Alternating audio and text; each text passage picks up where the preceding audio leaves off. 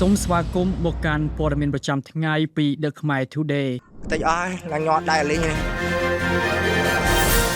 ប្រធានសិទ្ធិមនុស្សអង្គការសហប្រជាជាតិជំរុញឲ្យថៃបញ្ឈប់ការវាយប្រហារលើជនស៊ីវិលកម្ពុជាកាលពីថ្ងៃទី18ខែធ្នូឆ្នាំ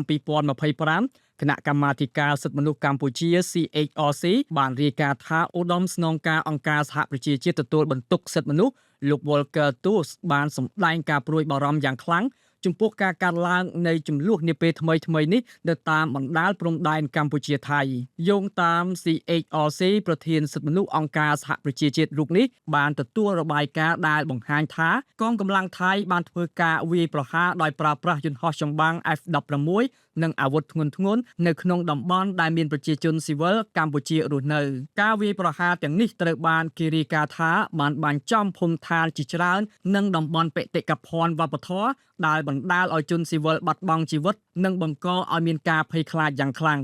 លោក Volker Turk បានសង្កត់ធ្ងន់ថាច្បាប់មនុស្សធម៌អន្តរជាតិតម្រូវឲ្យមានការការពារយ៉ាងតឹងរ៉ឹងចំពោះជនស៊ីវិលនិងហេដ្ឋារចនាសម្ព័ន្ធស៊ីវិលលោកបានអំពាវនាវឲ្យមានការជំលះជាបន្ទាន់នៅជនស៊ីវិលដែលជាប់គាំងនៅក្នុងអគារនិងតំបន់កាស៊ីណូដែលជាគោលដៅនៃការវាយប្រហារលោកបានរំលឹកដល់ភាគីទាំងអស់ថាប្រតិបត្តិការយោធាត្រូវតែប្រកាន់ភ្ជាប់នូវគោលការណ៍ច្បាប់សំខាន់ៗរួមមានការបែងចែកគោលដៅរវាងជនស៊ីវិលនិងយោធាភាពចាំបាច់ភាពសមមាត្រនិងការប្រុងប្រយ័ត្នដើម្បីការពារកុំឲ្យមានគ្រោះថ្នាក់ដល់ជនស៊ីវិល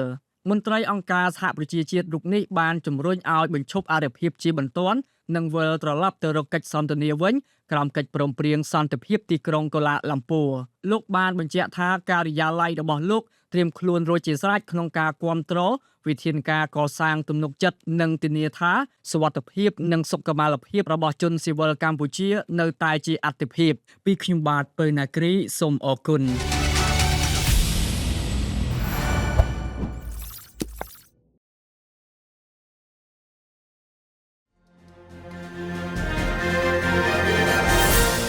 ចក្រភពអង់គ្លេសអំពាវនាវឲ្យបញ្ឈប់អរិភាពនៅព្រំដែនកម្ពុជាថៃព្រមទាំងជំរុញឲ្យមានកិច្ចសន្ទនានិងការពារជនស៊ីវិលចក្រភពអង់គ្លេសបានអំពាវនាវឲ្យមានការបញ្ឈប់អរិភាពជាបន្ទាន់នៅតាមបណ្ដាលព្រំដែនកម្ពុជាថៃនិងបានសង្កត់ធ្ងន់លើភាពចាំបាច់ក្នុងការទប់ស្កាត់គ្រោះថ្នាក់បន្ថែមទៀតដល់ជនស៊ីវិលនេះបើយោងតាមសេចក្តីថ្លែងការណ៍របស់លោកជំទាវស៊ីម៉ាហ៊ុលម៉ាត្រាសមាជិកសភានិងជារដ្ឋមន្ត្រីចក្រភពអង់គ្លេសទទួលបន្ទុកតំបន់ Indo-Pacific លោកជំទាវស៊ីម៉ាម៉ាល់ហូត្រាមានប្រសាសន៍ថាចក្រភពអង់គ្លេសចង់ឃើញការកាត់បន្ថយភាពតានតឹងនិងដំណោះស្រាយដោយសន្តិវិធីចំពោះភាពតានតឹងដែលកំពុងតែកើតមាននៅក្នុងកិច្ចសន្ទនាជាមួយនឹងអនុរដ្ឋមន្ត្រីការបរទេសថៃលោកវិជ្ជអវត្តនិងឧបរដ្ឋមន្ត្រីការបរទេសកម្ពុជាឯកឧត្តមប្រាក់សុខុនលោកជំទាវបានរំលឹកឡើងវិញអំពីសារៈសំខាន់នៃកិច្ចសន្ទនាថាជាផ្លូវតែមួយគត់ដែលអាចឆ្ពោះទៅមុខបានលោកជំទាវម៉ាល់ហូត្រាបានគូបញ្ជាក់ថាចក្រភពអង់គ្លេសចង់ឃើញការបញ្ឈប់អរិភាពនៅព្រំដែនកម្ពុជាថៃនិងមិនមានការបង្កគ្រោះថ្នាក់បន្ថែមទៀតដល់ជនស៊ីវិលនោះទេលោកជំទាវបានបន្ថែមថាការចូលរួមតាមផ្លូវការទូតនៅតែជាកត្តាចាំបាច់បំផុតដើម្បីកាត់បន្ថយភាពតានតឹង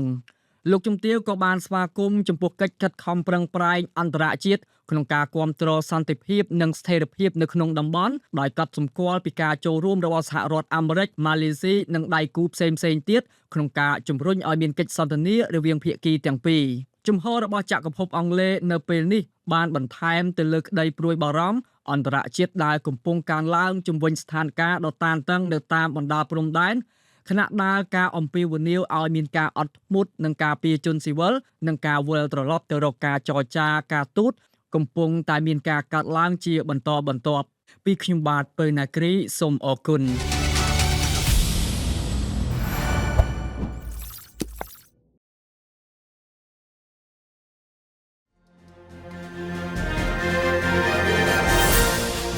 កម្ពុជាសហការយ៉ាងសកម្មជាមួយបណ្ដាប្រទេសលើសកលលោកបោះសម្អាតឧក្រិដ្ឋកម្មឆ្លងដែនលើសំណុំរឿងធំ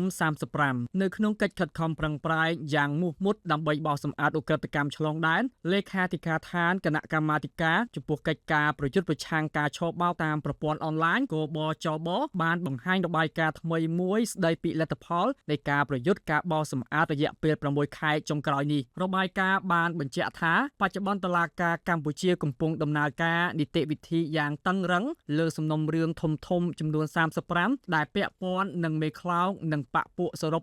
168នាក់ក្នុងនោះមានទាំងជនជាតិខ្មែរនិងបរទេសយុទ្ធនាការក្នុងកិច្ចសហប្រតិបត្តិការអន្តរជាតិដ៏រឹងមាំរបស់កម្ពុជាជាមួយបណ្ដាប្រទេសដៃគូនិងអង្គការសហប្រជាជាតិទទួលបន្ទុកគ្រឿងញៀននិងឧក្រិដ្ឋកម្ម UNODC គិតចាប់តាំងពីខែមិថុនាដល់ខែធ្នូឆ្នាំ